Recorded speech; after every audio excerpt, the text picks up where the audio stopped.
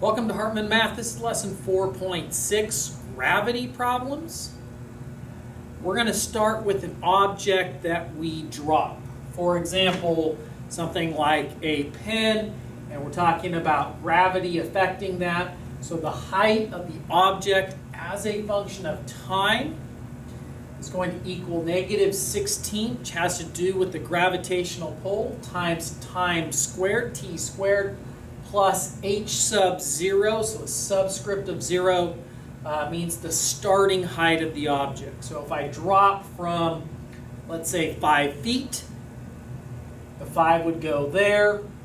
We want to know when it hits the ground. So this is going to be the ending height over here. So we would put a 0 over there. We would solve for t. So we would do something like drop the object, solve for t, and maybe that's like 1.1 seconds, something like that. That's what we're going to work on. And this is our formula when we just drop an object. So as we say here, time goes there, starting height goes here, times generally what we're going to solve for, and this is ending height goes here for the entire left side. So example number 1, the top floor of the Eiffel Tower is 896 feet tall. How long would it take an iPhone that was dropped to reach the ground? So we're going to start with our formula. And since we're reaching the ground is height 0. So 0 goes on the left. The starting height of the phone, 896, goes here. Now we're going to solve for t.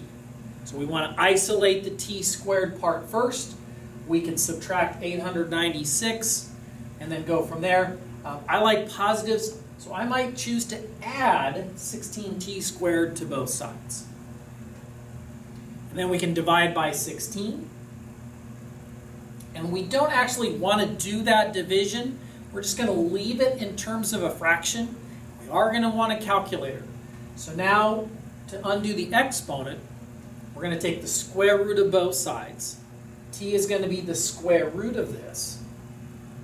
Normally we would do plus or minus, but we're really not interested in negative time. We're interested in the positive time. So we're only going to choose the positive value here, and we're going to type this into a calculator. Square root of 986 divided by 16. You might need to go square root, and if your calculator opens parentheses, great. Close them at the end, you should be good. You might need to insert the parentheses. We're looking for that it's going to be about 7.5 seconds. We're going to round to 1 decimal place, so the nearest tenth, and we're going to label our answer. So 7.5 seconds. All right, you try this one. 86th floor observation deck of the Empire State Building is 1,050 feet tall. How long would it take a penny that is dropped from that height to reach the ground? Pause here as you work through. Hit play when you're ready. All right, once again, we want to reach the ground, so ending height on the left is 0. Starting height on the right. We'll add 16t squared to both sides. We'll divide by 16. Take the square root of both sides. We only want the positive value. That comes out to be about 8.1 seconds.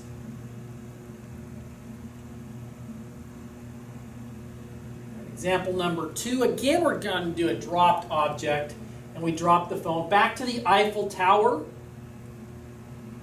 and we want to know how long, not till it hits the ground, but let's say someone down here is actually going to reach out and catch it, prevent it from hitting the ground, save you.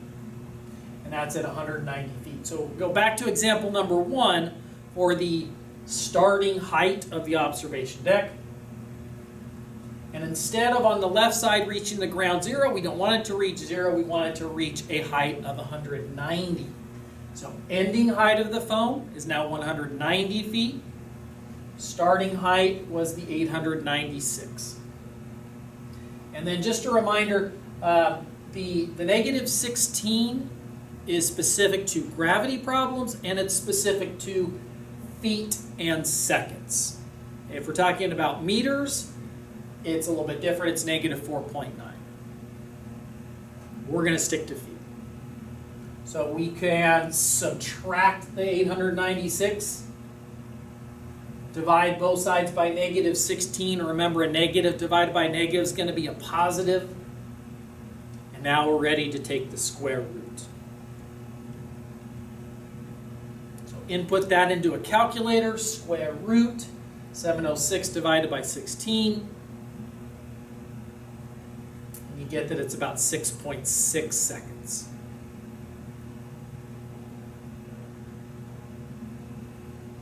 All right, now a launched object, a slightly different formula. We have the h of t, we have the gravitational constant here, the negative 16t squared, and then this new term in the middle is plus initial velocity times time. When we're talking about a launched object, it's not just dropped. Maybe it's thrown or launched like a toy rocket or something like that, or kicked, something where it has initial velocity. And that initial velocity can be positive or negative. It's positive if I throw it upward. It's negative if I throw it downward. Obviously, with that initial velocity, it's going to reach the ground a lot faster than if I just drop it. So v sub 0 is the initial velocity. H sub 0, again, is our starting height.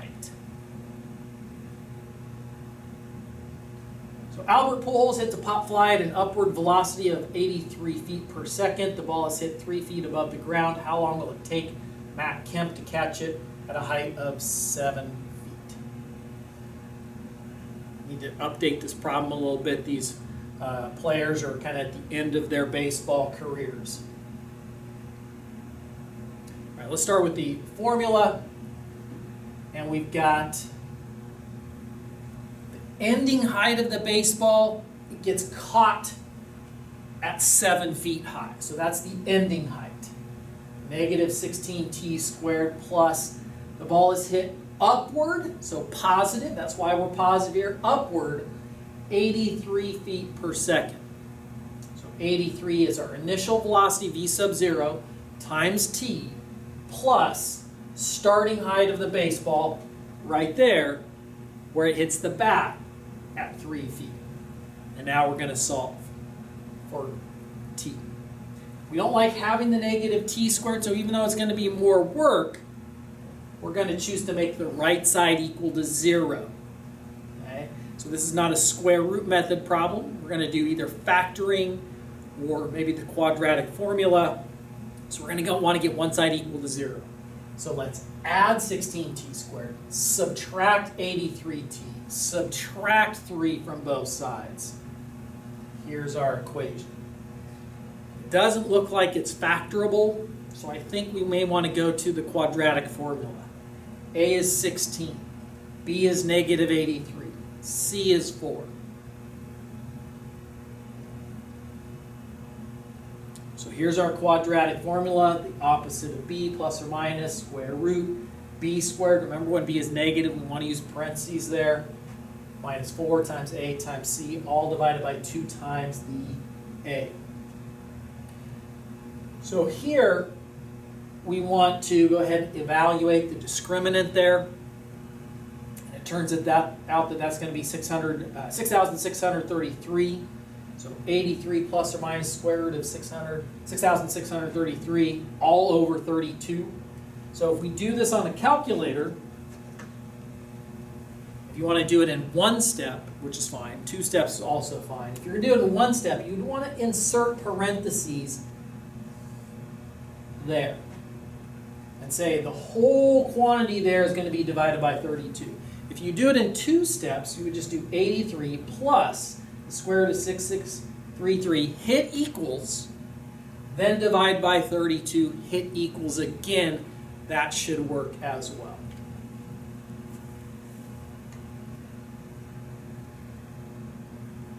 You should get about 5.1 seconds. And the negative isn't going to make any sense. It's going to take you into a negative answer anyways. So that really wouldn't make any sense if we think of the plus minus. It's really only the addition one that's going to get us a valid response. All right, we're going to finish with a U-try where a stuntman jumps out of a 60-foot high window, jumps upward at 9 feet per second. How long is it going to take him to hit the air pillow? It's 8 feet tall. And then come to rest.